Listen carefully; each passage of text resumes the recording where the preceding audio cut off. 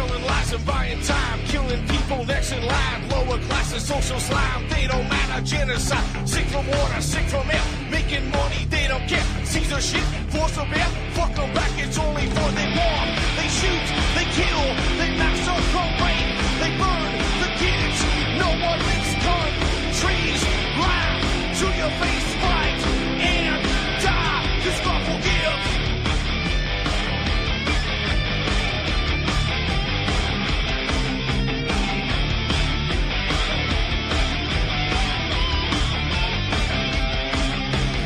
Selling lies and buying time, killing people next in line. Lower classes, social slide, they don't matter. Genocide, sick from water, sick from air. Making money, they don't care. See their shit, force a bear. Fuck them back, that's only fair. They bomb, they shoot, they kill, they massacre, rape.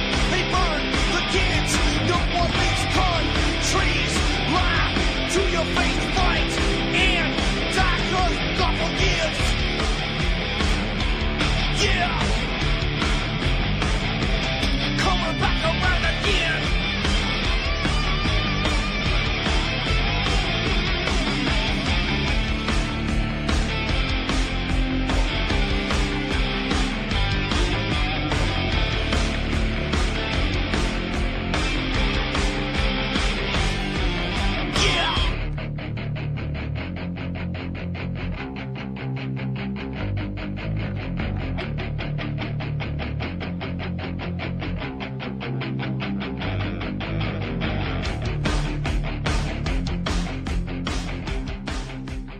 Welcome to the show. I'm your host, Ron Stevens. This is Rock the Boat right here on UCY.tv. It's Thursday, December 1, 2016. Almost got this year out of here.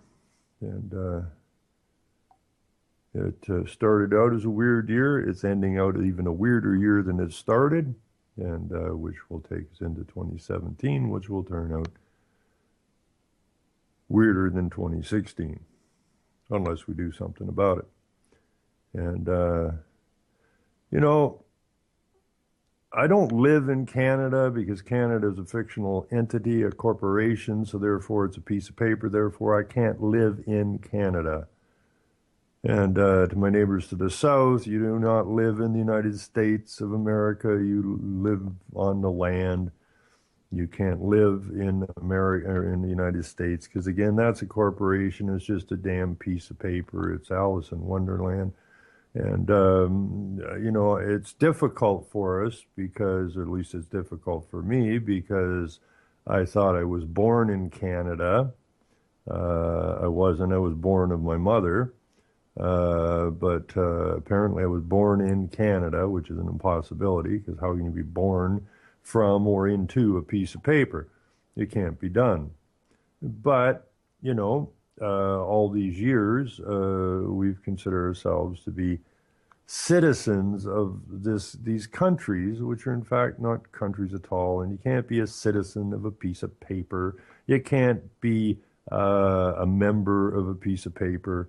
But this is what they did. They stole us from our mothers shortly after we were born, lied to our mothers to coerce our mothers into accepting benefits. Everybody likes something for nothing, and but they didn't disclose the entirety of what they were up to. So therefore, it was done fraudulently, and fraud is against the law, and you can't gain from fraud. Although they've used us turned us into surety for the loans.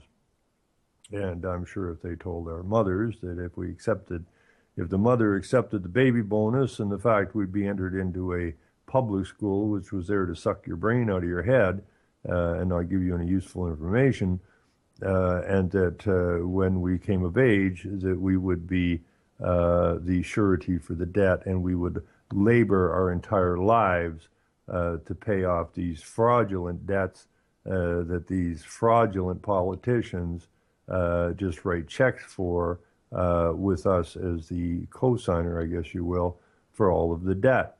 And this is the mess that we end up in. So, yep, time to rock the boat. So, having said that, the greatest game in Canada, Canada's game, the game that is played at the Colosseums, just like in old Rome, to keep the slaves. After a hard week's work as slaving for the company, they get to go to the Colosseum to watch the entertainers battle it out. And so Canada's great game is hockey.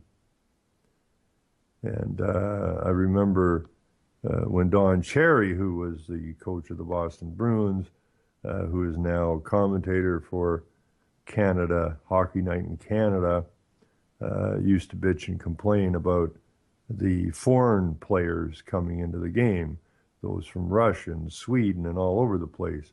This is a Canadian game, at least a North American game, and what the hell are these communists and that coming in here and playing in our games? Well, I don't know how old Don Cherry's going to take it, but I'm going to stick a video in the chat there.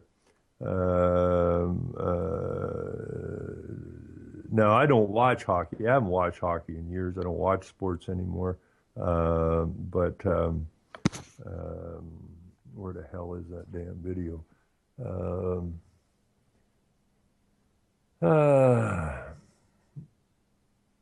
Where did that dumbass story go? Anyways, I will find it here shortly. Where did I put it? I know where I stuck it.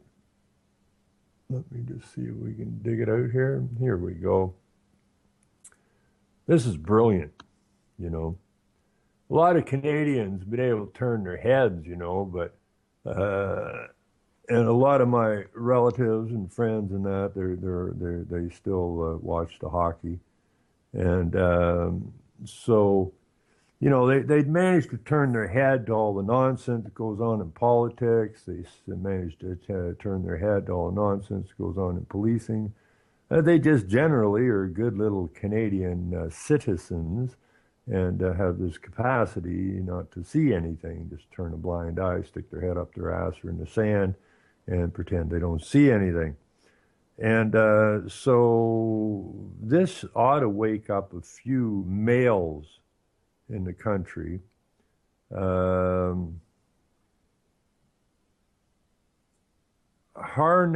Yar, yeah, I can't even pronounce these damn words. Singh, anyways, makes the English debut in national broadcast of Calgary Flames game against the Toronto Maple Leafs. So now we got an East Indian in the booth calling the play-by-play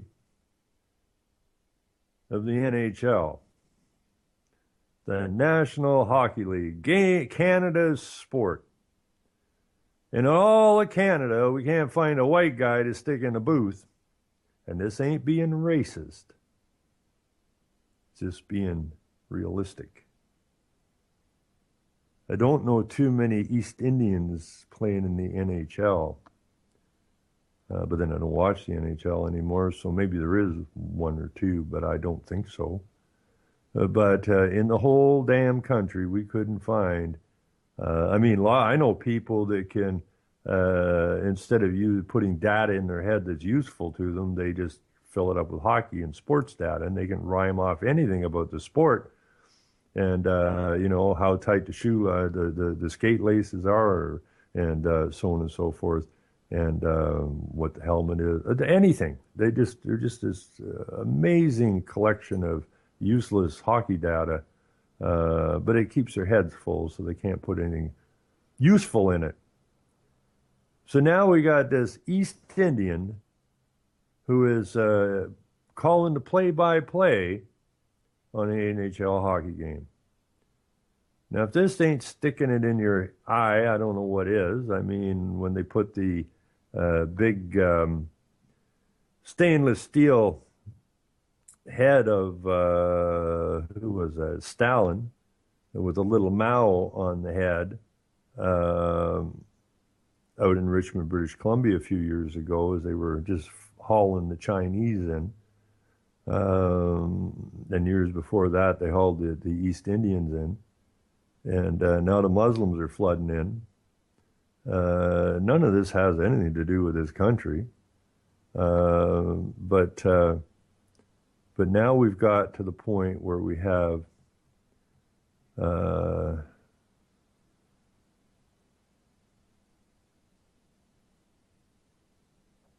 an East Indian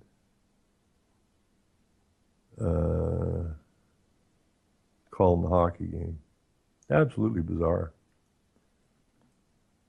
Absolutely bizarre. And where did the chat go here? Let's stick this in. You listen to what this guy's got to say, and I don't even understand what he's saying. But this is a guy that's calling TV dinners cause brain death. Who said that? Chemtrailer. Well, I don't agree with a lot of what Chemtrailer says. I do agree with TV dinners cause brain death, because if you can't even eat your meal without staring at the TV, then you are a candidate for brain dead or brain death.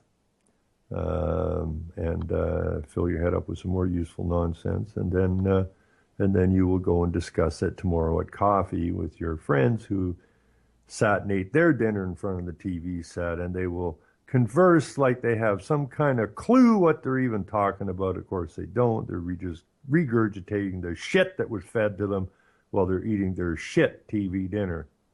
So I guess that's why some people are called shitheads. I don't know, that just came to me. Eating in front of a TV, listening to shit, eating shit, makes you a shithead. And I guess that does lead to brain death. It's too freaking bad. Let's see. Let us see. Take a boo at that video if you can, though, because it's freaking ludicrous, you know. Now, I don't know what kind of reaction the hockey fans are going to have over this. I hope it's rude. I hope it comes across as white skinhead. I hope it comes across as racist. Because, you know, if you're sitting here watching the death of your race, then and not doing anything about it, then again, you're probably brain dead. And this idea that you're racist because you stand up for your race, I mean, think about that. It's ironic at the very least. Well, we can't stand up while they take over our countries and destroy everything that we ever worked for, and take over our political systems, and then they make the rules. And let's see, why would some foreigner coming into your country who does not have your same thought processes write a law in your favor? Wouldn't happen. And it ain't going to happen.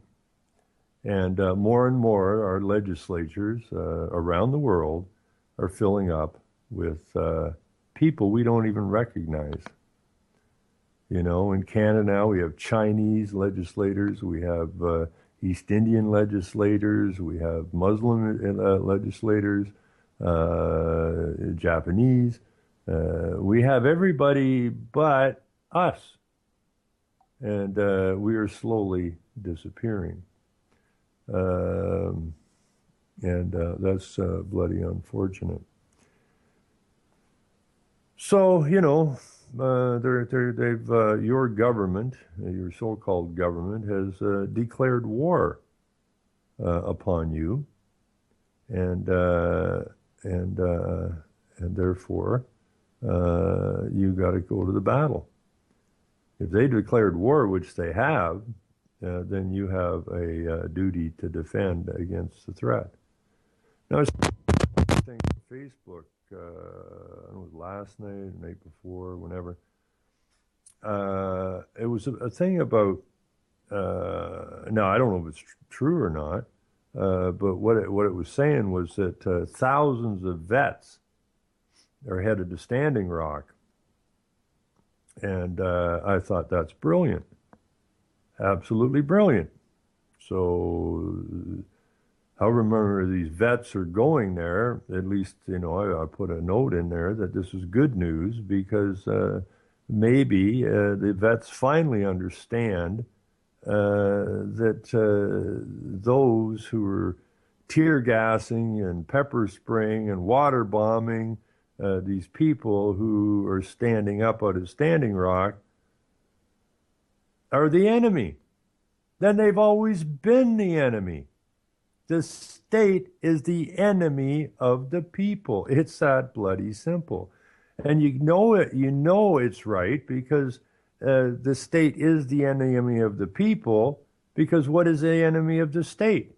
The truth is the enemy of the state, because the state is a fiction. The truth trumps fiction. No, not Donald trumps it, but it trumps the fiction. And therefore they do whatever they have to do to protect their fraud.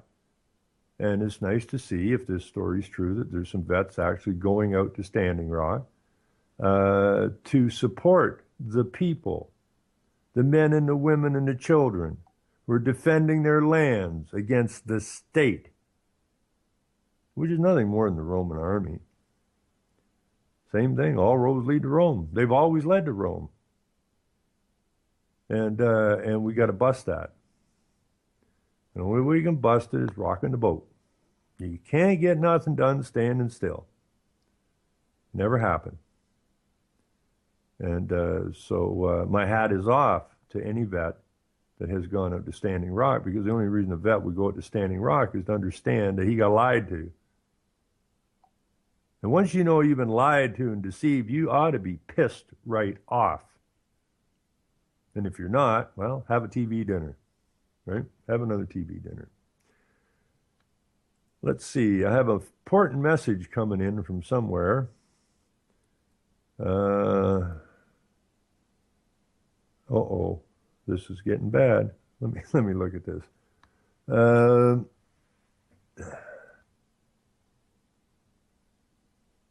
Oh, for crap's sakes.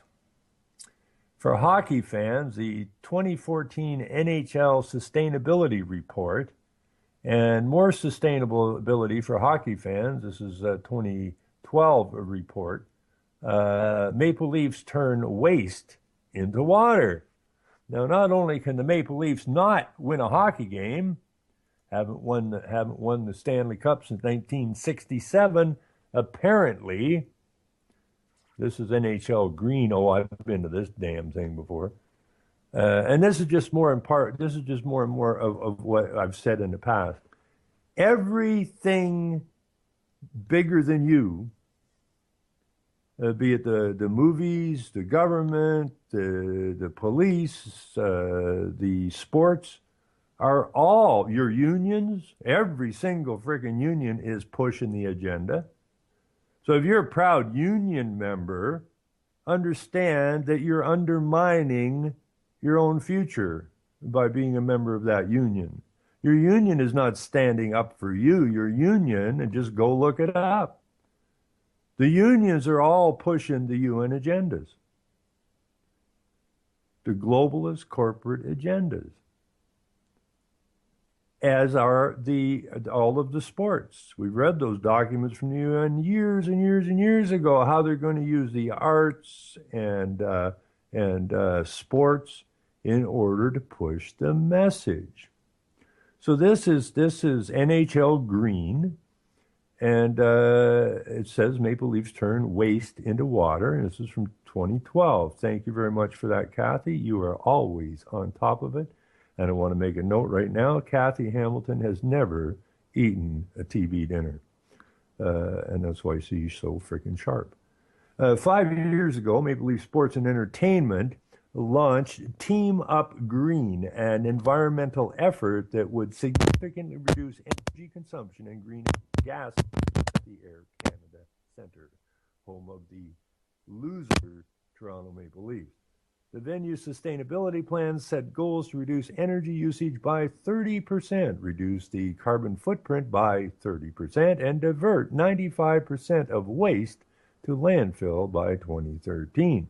Though through a range of practical, cost-effective, and community-focused solutions combined with several capital projects aimed at improving the venue's efficiency, records taken earlier this year show that the Air Canada Centre has achieved impressive results, including 74% reduction in waste and a carbon footprint reduction of 34% within the first 3 years. 2 years ahead of the scheduled target. In September, the Natural Resources Defence Council released a full case study detailing the Air Canada's challenges and achievements. The latest sustainability initiative at the Air Canada Centre involves upgrades to housekeeping systems. The arena has reduced the bulk of its cleaning products, which had been Eco Logo or Green Seal certified, and installed a cleaning distribution system utilizing sodium-enriched water charged with electricity. The new system effectively turns regular tap water into highly efficient cleaner.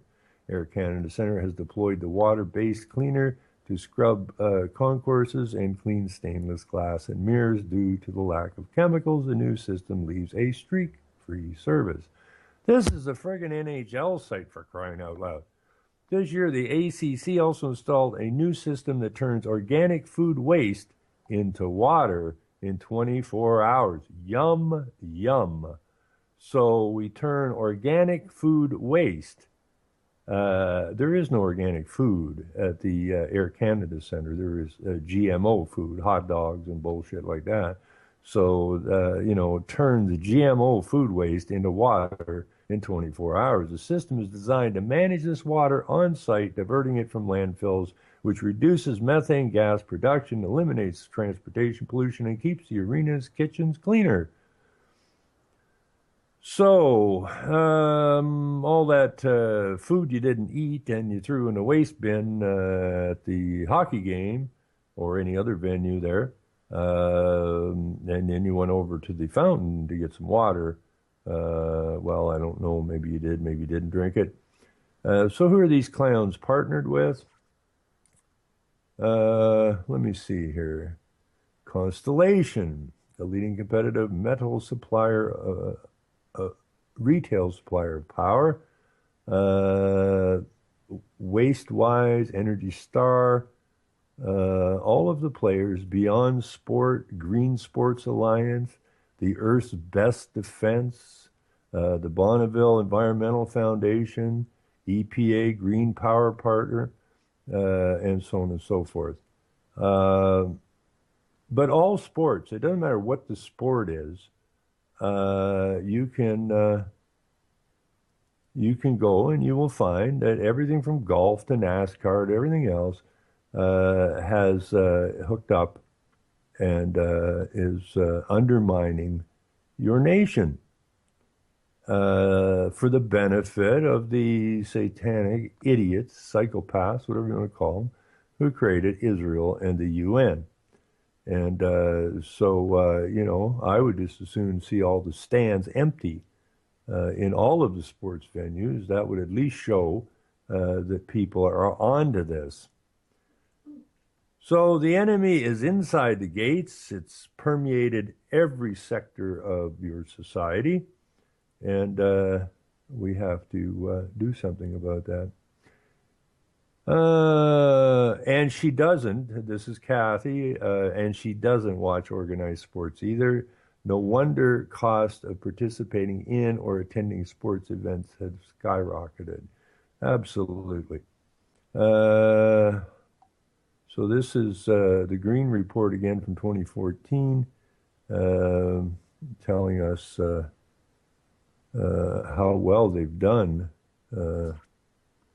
Toronto can't win a Stanley Cup, but apparently they've learned how to use LED light bulbs or something, which I don't know if it helps improve scoring or what.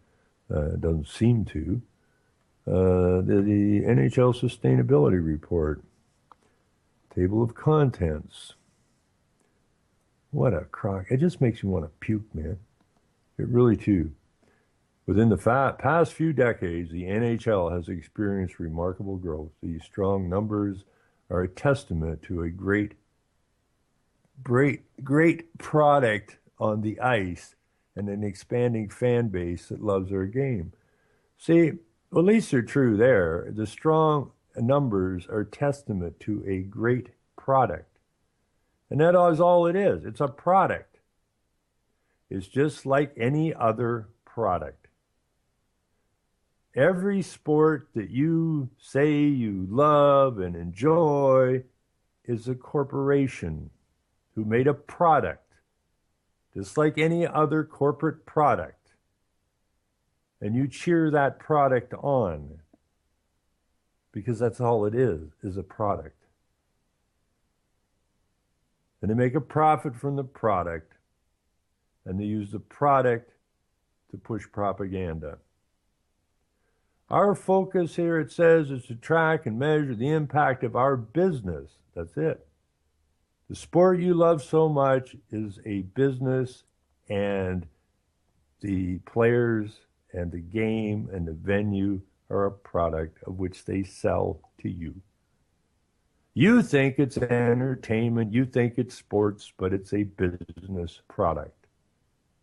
Okay, that's all it is. And you go there and you buy their t-shirts or their sweatshirts, and you buy their hot dogs, and you buy their beer at some retarded inflated price, and you cheer it on. And the worst part is, before the game starts, right? Before the game starts, doesn't matter where you are, stateside here or anywhere else, the crowd stands and usually puts their hand over their heart and they sing the national anthem. Only problem is the national anthem is the corporate anthem, because your country is a corporation. So here you are at a corporate game, watching their product, improving their business, singing their corporate anthem.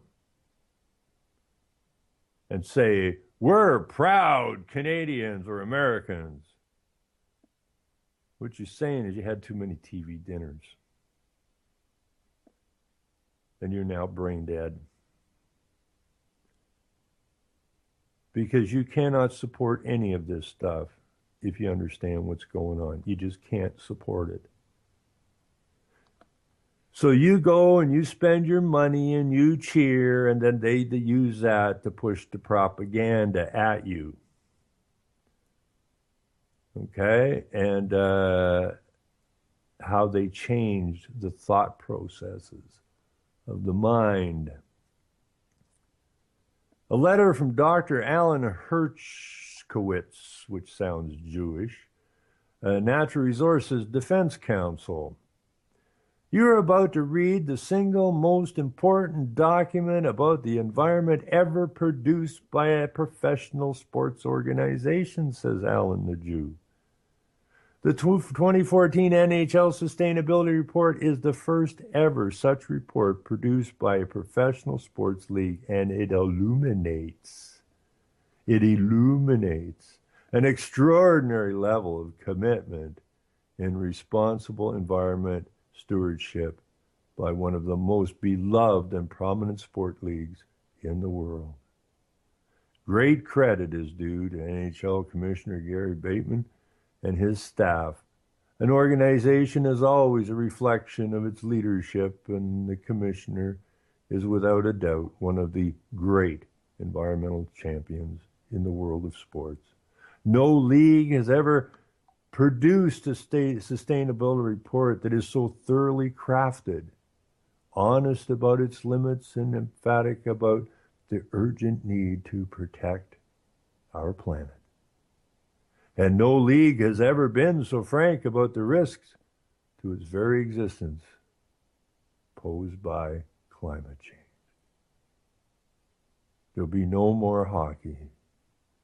There'll be no more sports if we don't do something about climate change. This document is an important reminder to all sports fans, leagues, teams, and businesses that while natural hockey ice might be the canary in the coal mine when it comes to the effects of climate change on sports, the effects of climate disruptions are channeled to all leagues and businesses, and we must take meaningful action to reverse course, says Alan the Jew. Focusing as it does on the monitoring of specific technology and operations at NHL arenas, this report underscores the fact that there is no action too small to undertake when it comes to addressing our ecological problems. After all, there is no single law or single business undertaking that by itself can remedy the problems posed by climate disruption, biodiversity loss, water scarcity, ocean acidification, and so many other ecological pressures.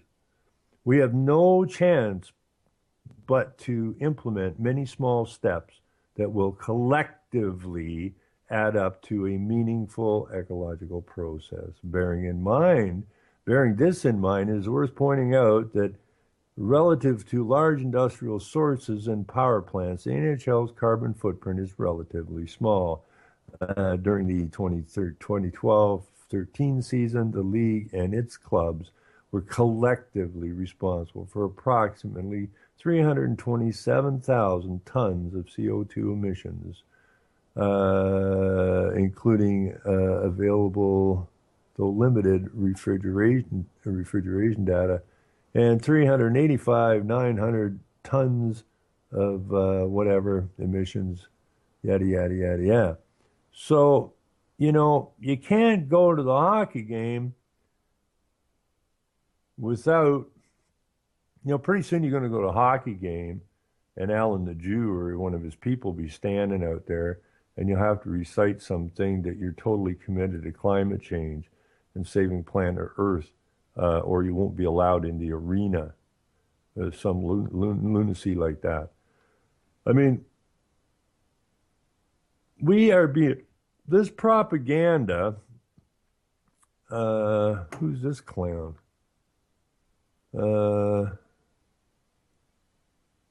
Michael P. Totten.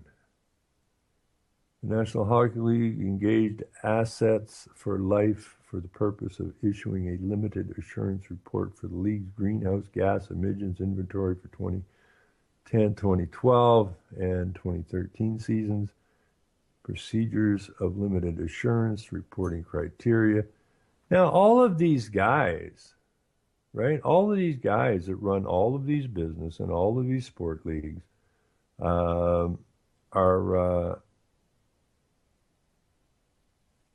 they're trying to gain. It's all about money. It's always about money. And they are trying to position themselves so they can stay in business, so that those top criminals who created the UN and Israel can continue to make money. It has nothing whatsoever to do about the environment. Never did, never will. It has to do about business and money. And that is all that they are interested in. And you are going to pay the price for being suckered in. So, you can look this up. You will find this. I don't care what sport you put in.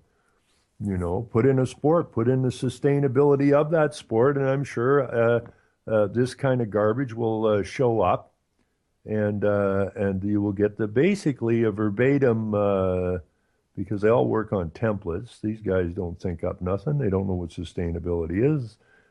They just put out the propaganda. And the idea is that because the schools propagate this nonsense, and the churches and the politicians and the newspapers and the movies, that you will be conned into it. And basically what the UN players say is they say that, if you don't get on board, then you'll look like you're against saving the planet, and that won't be good for business. So these guys jump on board and say, okay. We all realize that global warming is a complete and total fraud, as is everything else that comes out of that neck of the woods, like the vaccines and the clouds and name it, and it's all manufactured nonsense.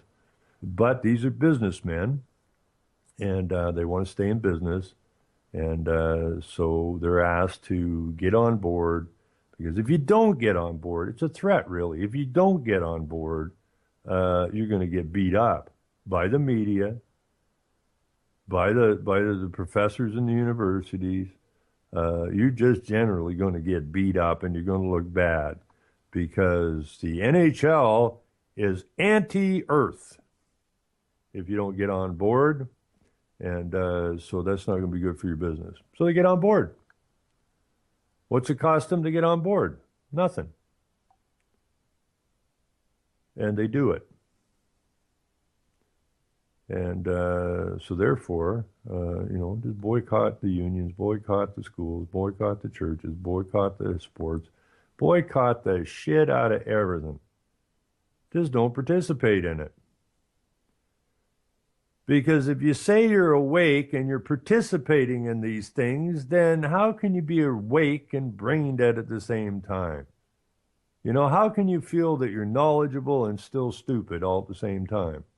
You can't do it. You got to cut it loose. And that's all part of rocking the boat. Vacate these venues. Let these businessmen go. Where'd all our people go? Where did all those people that were paying us hype like $4 for a bottle of water? Where'd all them people go?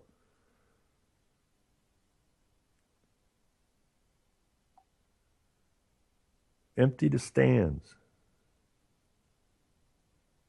I mean, we're not in Rome. We got to outgrow that idea. It's the same template they were using way back when.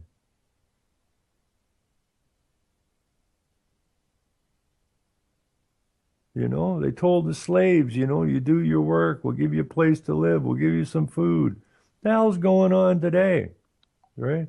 You live in government housing, not you guys, but I mean, more and more people are living in government housing. More and more people are getting food stamps from the governments, or they're getting free food from food shelters, or whatever they call those things. Then they watch the sports as relief. So, while you're being beat into the ground, then you go and accept their handouts, those that are beating you. And then when they offer you up some entertainment, you gleefully run to it. And you wonder why this world is the way it is. We got to flip it. Got to flip the boat. And get back to some sort of reality, where the state serves the people, where any politician does not take an oath to the state, but takes an oath to the people. And I got to say, men and women, because when I look up in certain dictionaries, people has the same meaning as human, and they're both fictional, the same meaning as person. When they peopled these lands, if you go into that, when they peopled these lands, what they were doing, we're just running paper over here. And you're attached to the paper. It's the business. It's a business. It's all fictional. And the people, or the persons, were the fictions, which are assets of the company. So, we the people gives me a little creeps me out a little bit here. We the people, I don't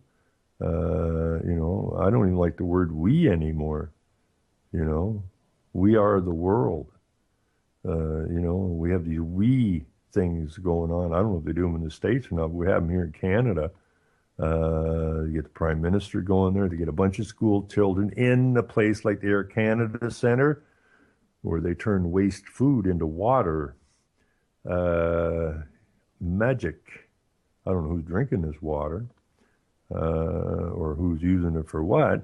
But they bring all these school kids in, and then they bring in like Al Gore and these idiots, and they get these little children all pumped up at these conventions. And then they send the children back to their local schools, and the propaganda just flows hard and heavy. So I don't like the word we. I don't like the word you, because you is plural, and that attaches you to that fiction. We have to go back to being singular men and women, period. Because you are singular. You are not a collective. Okay? Each of you are absolutely different than every one of you. No man or woman is identical. That's the beauty of it all. We're all independent, thinking men and women. Now, we work together, but that doesn't mean we all have to be the same. What a boring frickin' planet that is. We all eat the same food. We all think the same thoughts. We don't say anything that's out of line that might get us looked at with a crooked set of eyes. How frickin' boring. Now, we got this new homeschooled kid here in Ontario. I think it's in Ontario. I think that's where he's from. He's a young guy. He's only 19 or something, and got voted. He won some by-election or something, and he was homeschooled in that. And the problem now is that because he was homeschooled and he's calls himself a Christian, that there's a big hoo-ha in government circles now that this young buck might be a problem. Now they're so, well, he's probably homophobic, and this kid's going, well, no, and fear or dislike of homosexuals is homophobic. Now, I don't fear anybody, and I doubt this young guy fears anybody. Dislike in general, don't give a damn what you do, so long as you don't harm anybody. It has nothing to do with homophobic. What it has to do with is the United Nations pushing that agenda in everybody's face, loading up the legislature with gay people and this and that, which we were warned against. So is it homophobic? No. If this guy or gal is a homo and they're an asshole, then they're an asshole that just happens to be a homo. That does not make me homophobic. That makes me asshole phobic. I don't like assholes. I don't like idiots. So does that make me or anybody else homophobic? Absolutely not. But this is what they're doing. They say, well, you're homophobic. No, I'm not. The guy's an asshole. That's the problem. Okay? If he was, I don't care what color he is. I don't care what race he is. Okay? But if he comes in here and tries to disrupt as a agent of society, then we got a problem with him. And I don't care what the race is. I don't care what his sexual preference is. I mean, if he wants to self-identify or she wants to self-identify as a dandelion, I don't give a damn. But don't tell me I got to respect dandelions because this one idiot self-identifies as a dandelion, and therefore, if I kick a dandelion or I pull a dandelion up, then that somehow reflects my hate for that one who identifies as a dandelion. It's ludicrous. Like, I'm hoping someday somebody hauls my ass into the Human Rights Commission. I just beg them to do it. I can't think of more fun. Haul me in there. Human Rights Commission. Human's an animal. So you calling me an animal? To call me an animal is worse than me being charged with being anti-Semitic or homophobic or anything else. You're calling me an animal. Animal rights is all human rights is. Animal rights. The UN describes a human as an animal. In the legal system. But then all I got to do is go back to KJV. There is no such word as human in the KJV, and there's no such word as legal in the KJV. There is only man and law. And that's what we got to get back to. And that's going to need some boat rocking. You cannot survive as an individual, man or woman, independently in the legal animal system. Let no man deceive you or be as a slave, a cattle, whatever, chattel, something along those lines. And that's exactly what's happened to us. They flipped the boat. They flipped the boat. They turned the boat over because it says the attorneys turned from one Lord to another. And I'm not being religious. I got no use for religion. And nor, by the way, does the KJV Bible have any use for religion. It warns people against religion. It's just another deception.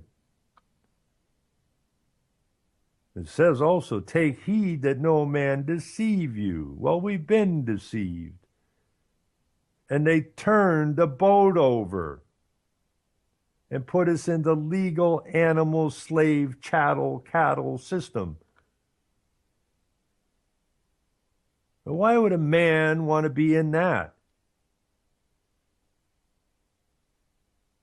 So we got to turn the boat over again. So we rock it, we turn it over, we get back to law. And if you don't do any harm, you do whatever the hell you want. That's called freedom. That's called freedom. Now you look at your legislature, they put a new rule every half hour. You can't walk and text, you can't do this, you can't do that, you can't do this, you can't do that, you can't do this. Now you can't drive on the road unless you pay more money because we need the money to write more rules to screw you over more. That is not freedom. That is them causing you harm. They are the lawbreakers. Legal ain't law. And everything they write legal, they give the color and force of law to it, which tells you right away it's a fraud. So why do we put up with this garbage? Why do we put up with this garbage? Because we've been beaten down. We've been enslaved. We see people who stand up, get hauled in, incarcerated, just like they did on the plantations because you are on a plantation. This idea because you're white or any other color that you're different from those who were enslaved and put on the plantation shows our general ignorance of history. But is it our fault we're this ignorant? In a way, yes. And in a way, no. You take a child and you throw them into these public school systems, is there to deceive you. Well, what's the child basing this on? Oh, look, mommy, look what the teacher taught us today. And now I'm sure a long time ago, the parents would go, what the hell is that nonsense? And some of those parents tried to stand up, but the system was already in place. And those people, just like when McCarthy tried to out what was going on, turned on their own men and women and quieted them and took their voice away. And so it's just been a steady progression. And here we are at the end of 2016, flopping around like a bunch of fish out of water, total chaos going on as planned. You know, I get a kick out of this thing now. I haven't read it yet. I haven't had time. But I read a thing that OPEC has agreed to tighten down the spigot a little bit to kind of stop some oil flowing as these companies start investing in electric charging stations so they can drive the price of fuel up so that all of a sudden it looks like this electric car shit again that they did in the 70s is the answer. It wasn't the answer then, it ain't the answer now, and it never will be, not in our lifetimes anyways, the answer. But they're creating that chaos again, just like they did in the 70s when the spigot got tightened down. That was a planned, concocted move in order to bring forward the green energy game, because when OPEC tightened the spigot back in the 70s, then we had to become energy efficient. And that's the first time they pushed all of this green nonsense. And now the same template's been brought out again, and OPEC once again is tightening down the spigot once again to move the global corporate globalist UN agenda. And we have no control over our own resources. That's bloody ridiculous. How can we, the men and women who built these nations, have no control and no say over our own natural resources? How is that even possible? It's not possible in the real world. It is very possible in the fictional world, of which we find ourselves stuck in.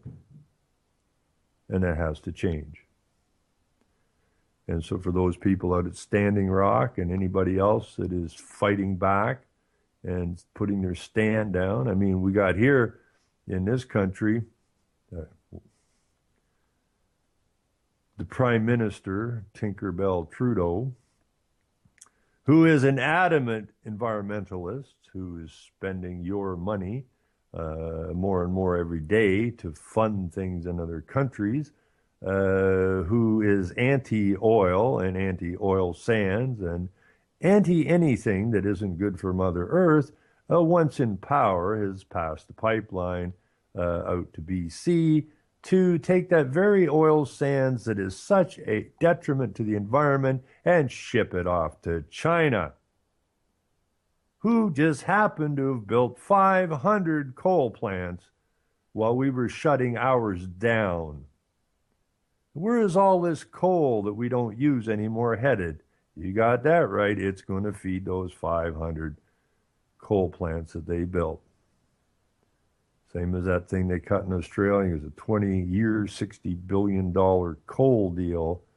And the Australians shutting down their coal and shipping it off to China. And we put up with this garbage. And I don't understand why. Well, I do in a way, because everybody's been lied to since the get-go. But, you know, it seems as I root around in different sites and